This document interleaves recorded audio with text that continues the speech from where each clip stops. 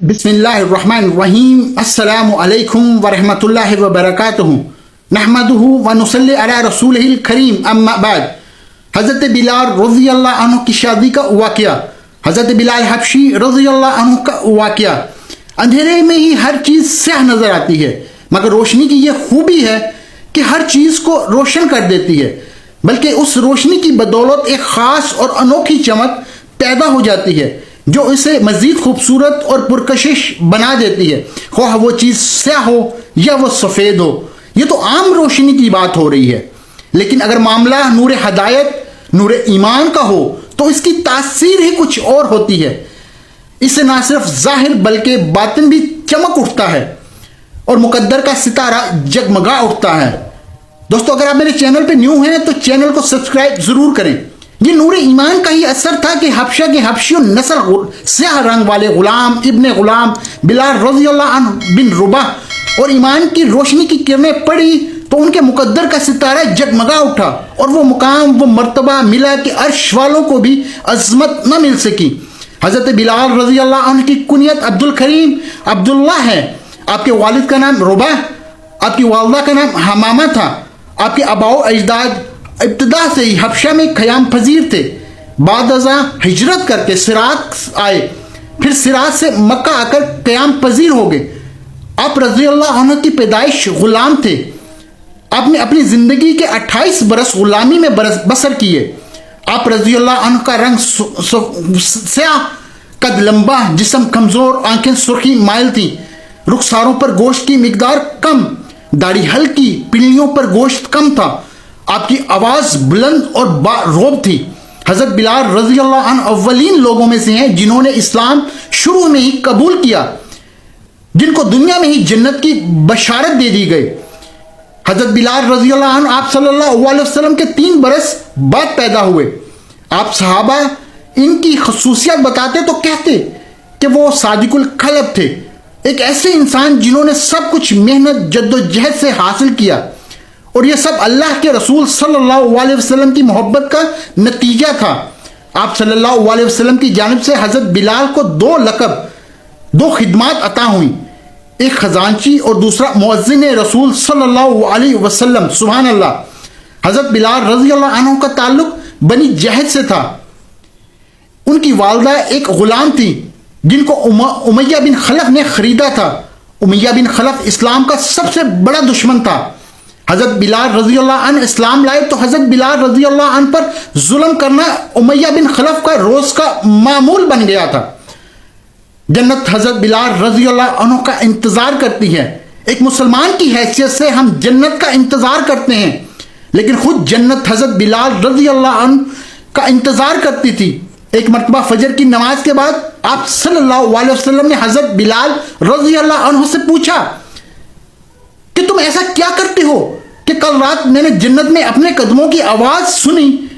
تو بلال رضی اللہ عنہ نے جواب دیا تھا، رسول اللہ صلی اللہ علیہ وسلم، جب میں وضو کرتا ہوں تو میں باوضو دوبارہ ہو جاتا ہوں، 2 رکعت نماز نوافل ادا کرتا ہوں۔ ایک صحابی ابو معقب کی صاحبزادی جوان ہو گئی تو ان دونوں کے صاحبزادے بارگاہ رسالت صلی اللہ علیہ وسلم میں حاضر ہوئے۔ آپ صلی اللہ علیہ وسلم سے اپنی بہن کی شادی کے بارے میں مشورہ کرنا چاہا۔ رسول اللہ صلی اللہ علیہ وسلم نے فرمایا کہ بلال کے بارے میں تمہارا کیا خیال ہے؟ اس پر وہ دونوں بہن بھائی واپس چلے گئے اور دوسری بار عرض کی، پھر حاضر ہوئے تو اس بار بھی رسول اللہ صلی اللہ علیہ وسلم نے حضرت بلال حبشی کا نام ہی لیا۔ پھر وہ خاموش ہو کر واپس چلے گئے۔ جب تیسری بار بارگاہ اقدس میں حاضر ہوئے تو رسول اللہ صلی اللہ علیہ وسلم نے سیدنا بلال حبشی کا نام تجویز کیا۔ اس بارے میں انہوں نے خاموشی اختیار کر لی تو رسول اللہ صلی اللہ علیہ وسلم نے انہیں خاموش دیکھ کر فرمایا، تم بلال کو کیوں فراموش کر رہے ہو؟ وہ اہل جنت میں سے ہے۔ رسول اللہ صلی اللہ علیہ وسلم کے اس فرمان کے آگے انہوں نے اپنی خوشی سرخم تسلیم کر لیا، بے حد خوش ہوئے۔ اس طرح ابو معقب کی صاحبزادی کی شادی سیدنا بلال رضی اللہ عنہ سے ہو گئی۔ یوں سیدنا بلال حبشی رضی اللہ عنہ کی ازواجی زندگی کا آغاز ہوا، لیکن اپنے آقا صلی اللہ علیہ وسلم کی خدمت اور دینی معاملات پر ہرگز اسے حل نہیں کیا. سیدنا بلال حبشی رضی اللہ عنہ کی ازواج محترمہ بھی انتہائی نیک اور پرہیزگار خاتون تھی. آپ کی یہ پاک باز بیوی ہمیشہ شوہر کی اطاعت اور وفا کا عملی نمونہ پیش کرتی رہی. عام طور پر اہم امور میں حضرت سیدنا بلال رضی اللہ عنہ کی دل جوئی خوشنودی کو اپنا مقصد حیات تصور فرماتی. خوشگوار زندگی میں بہت کم تلخی کے مواقع آئے. سیدنا بلال رضی اللہ عنہ سے بہت اچھے شوہر ثابت ہوئے. روایت کے مطابق سیدنا بلال حبشی رضی اللہ عنہ نے اپنی زندگی میں مقد نکاح کیے مگر انہوں نے کوئی جانشین یا وارث نہیں چھوڑا. اسلام نے نسلی امتیاز کا بت یوں توڑا کہ سیدنا بلال حبشی رضی اللہ عنہ نے مدینہ کی منورہ میں نکاح کا ارادہ ظاہر کیا تو قریش کے منتخب عمرہ نے بھی اپنی دامادی میں قبول کرنے کی خواہش کا اظہار کیا. سیدنا بلال حبشی رضی اللہ عنہ صلی اللہ علیہ وسلم کے حکم پر مدینہ طیبہ کے کسی محتاج کی تلاش میں تھے کہ کچھ مال عطا کریں. اسی دوران آپ کا بھائی آتا دکھائی دیا جو یمن سے آپ کو ملنے آ رہا تھا. آپ کے قریب پہنچا تو پوچھا کہ تم کہاں سے آ رہے ہو؟ سیدنا بلال کے بھائی نے جواب دیا میں یمن سے آ رہا ہوں, رشتے کی تلاش میں ہوں کہ کہیں میرا نکاح ہو جائے. بلال حبشی نے پوچھا کہ کہیں کوئی بات بنی؟ تو لوگ کہتے ہیں تم عربی ہو اور چاہتا ہے کہ یمن میں رشتہ ہو جائے, لیکن جب مجھے ایسا پوچھا جاتا ہے کہ تمہارا تعلق کس قبیلے سے ہے, تمہارا حسب نسب کیا ہے, تو میں نے صحیح صورتحال بتا دی کہ میں حبشی ہوں مگر مکہ میں پیدا ہوا ہوں, بلال بن رباح کا بھائی ہوں. یمنیوں نے جب آپ کا نام سنا تو کہا بلال کو بلاؤ, اگر وہ تمہارے لیے فریاد کر دیں تو ہم رشتہ دینے کے لیے تیار ہیں, اس لیے میں اتنا طویل سفر طے کر کے آپ کی خدمت میں حاضر ہوں. سیدنا بلال حبشی رسول صلی اللہ علیہ وسلم سے اجازت لے کر اپنے بھائی کے ساتھ یمن روانہ ہو گئے. دونوں بھائی سفر کر کے رات کے وقت یمن پہنچے. صبح ہوتے ہی آپ اپنے بھائی کو لے کر اس گھر میں تشریف لے گئے جہاں رشتہ مطلوب تھا. انہوں نے آپ کے بھائی کے متعلق پوچھا تو سیدنا بلال حبشی نے فرمایا یہ میرا بھائی ہے, نہ عادات کا اچھا ہے نہ دین کا صحیح ہے, چاہو تو اسے رشتہ دے دو چاہے تو انکار کر دو. یہ کہہ کر حضرت بلال رضی اللہ عنہ نے مسجد کا رخ کیا. ابھی اذان بھی نہیں ہوئی تھی کہ اتنے میں حاتب نے صدا دی کہ تم خود نکاح کیوں نہیں کرتے, تمہیں کس چیز نے روکا ہے؟ اللہ تعالیٰ نے تمہیں دنیا اور دولت سے بھی نوازا ہے, اب تم آزاد بھی ہو, اس سے قبل تم غلام تھے.